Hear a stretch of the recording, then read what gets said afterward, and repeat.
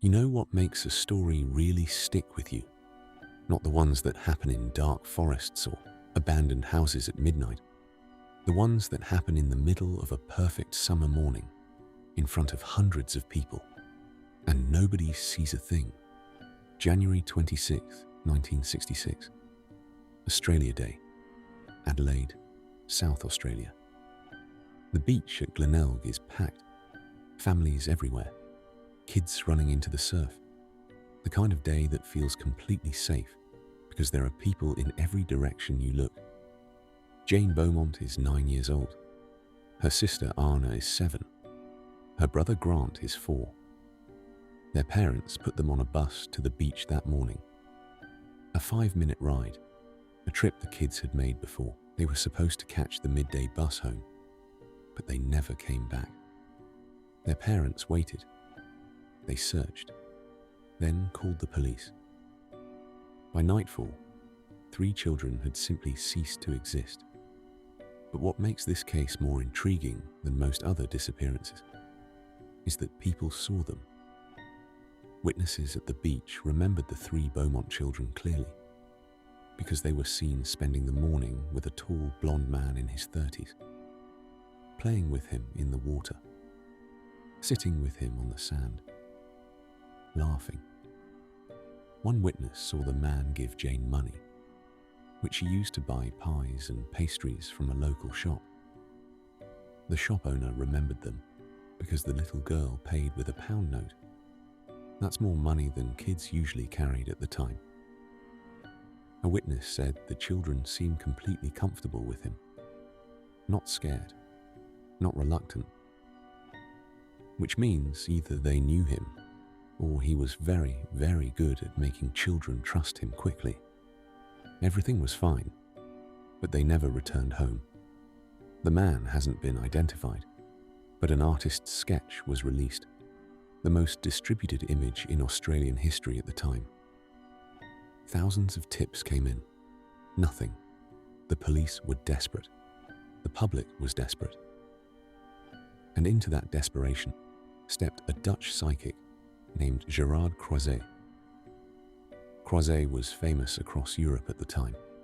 He'd worked with police on missing persons cases in the Netherlands and claimed a string of successes.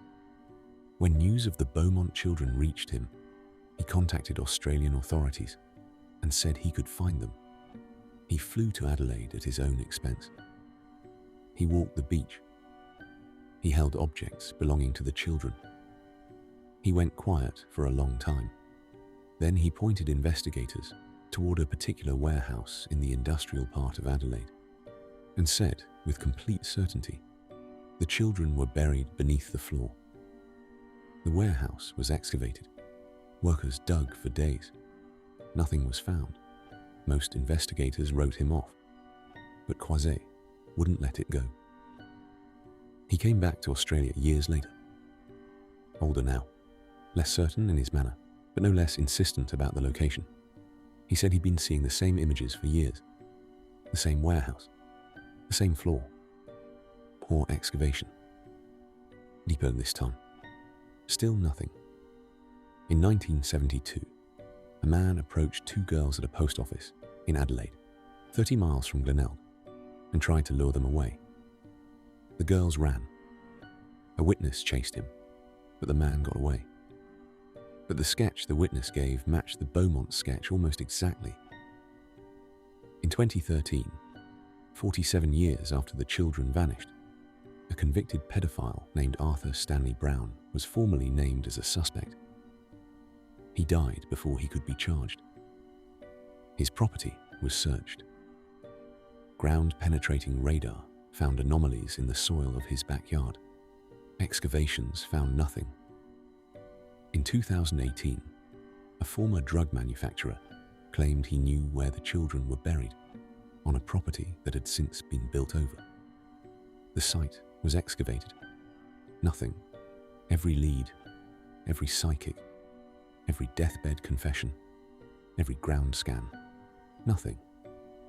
The Beaumont children have been missing for nearly 60 years.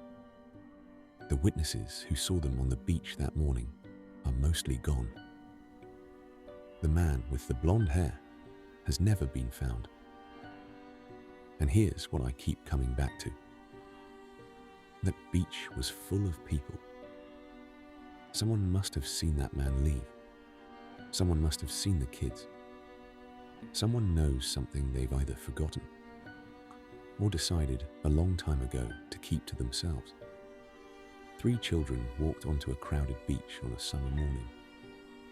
And yet somewhere between the sand and the bus stop, in a gap of less than an hour, surrounded by hundreds of witnesses, they vanished.